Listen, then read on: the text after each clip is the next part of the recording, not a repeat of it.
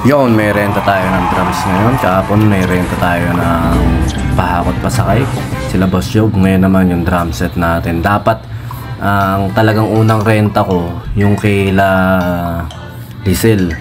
May showban sila sa San Rafael. Kaso nga lang, bigla na pa ako rito, sabi kasi nito 14, ayun lang pala 12, naalangan na ako. Kaya yun, pinasa ko na lang sa iba yung ano ko, yung dalawa dapat drum set yan, isa nga sa San Rafael.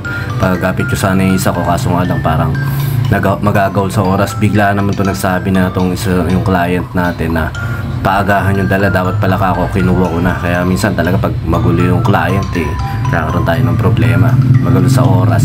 Pero yun naman, thankful tayo syempre, nagabili sa atin. At mali pa nga yung ginawa ko, mas mura pa yung, kasi low budget lang yan, kasi pinasa lang sa atin ng tropa, hindi ko na tinaasan. Doon sa kabila nga, medyo okay din yung piki na rin sa transpo. Nga, at yan, nagsosolo tayo ngayon kasi nga ang mga kasama natin medyo mga busy na. Hindi ko na isinama yung aking inaanak na si Justin kasi nga medyo busy rin yun. Marami kasing laro sa basketball, laging kasama ngayon sa mga liga-liga. Syempre ayaw din naman natin na yung pagiging bata nun mapokus na lang sa trabaho. Enjoy niya muna yan kasi nga hindi nyo nawala sa atin nung puro tayo trabaho rin nung bata-bata, puro rin tayo sa church yun. Ngayon, sige enjoy nyo. Sa balang araw naman puro paghahanap buhay, pagkita naman ng pera, mga ano nyo pa sa ganyan lang. Sabi ko, sige na nga hindi ko na muna abalain. At saka, yun nga, naghahanap na rin ako ng bagong tuturuan, makasama kasi nga si Justin niya magka-college na. Syempre, magiging hectic na rin yun sa schedule. Pati nga din si Miko, hectic na rin. Kaya, yan, sa mga tropa natin dyan na gustong kumbaga sumama-sama sa event, tara pag-usapan natin to. Lalo na yung mga walang ginagawa, yung mga tambay na mahilig sa music. Yan, para ano lang naman, mga basic lang naman, buhat lang naman, setup lang naman. Kami naman yung nag-aayos sa program. Lang naman nag-gawa sa system, pero syempre mas gusto natin yung may alam na talaga. Kaso nga lang, pag may alam na, may iba mayayabang kaya sarap paggagatukan pero hindi, joke lang, talagang ganyan. May kanya-kanya namang diskarte talaga. So ayun nga, dyan din naman talaga ako nagsimula. Nag-iisa lang naman tayo na nagpaparenta, nagpapaayos. Ito naman tao nito, nanto ko, sabi ko meron ka ako nag-video dyan, humarang para noong una. Tsaka ayun nga, solo lang tayo, buhat tayo kanina.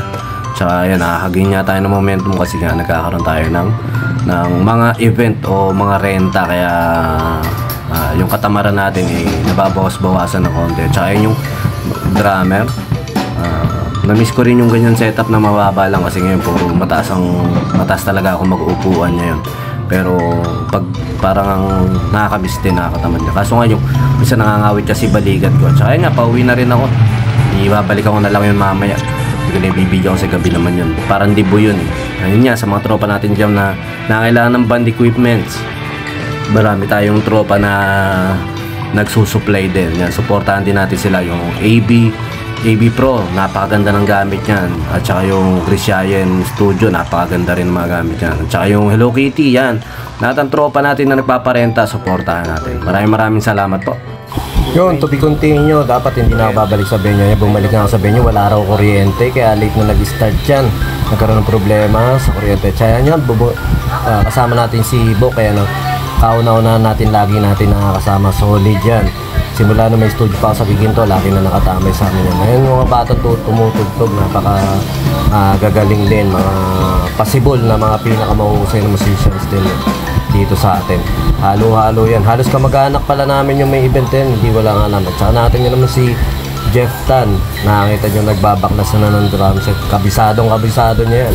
Ang pinaka-poging-pogi J Katagumpay na team yan. Nakakita mo naman ang tsura ni Ibo. Yan. Pakap na kami. Isang mabilis lang yan. Tagal namin naghintay dyan. 7, nandiyan na kami. 10 natapos yung event. Nakatanga lang kami dalawa. Nagbabahugan lang kami. Tsaka yun nga, maraming salamat sa iyo, Bok, sa siyempre pagsama sa akin. Yun, kaya rin nauwi ng Claridel yan kasi bukas anniversary ng Acro. Parada sila. Salamat ulit mga kaibigan. Salamat sa mga tropa natin dyan na nagre-rent sa atin ng drums, band equipment. Supportahan natin lahat ng mga tropa natin nagpapa-rent ng band equipment. Tulong-tulungan lang tayo. Thank you, thank you.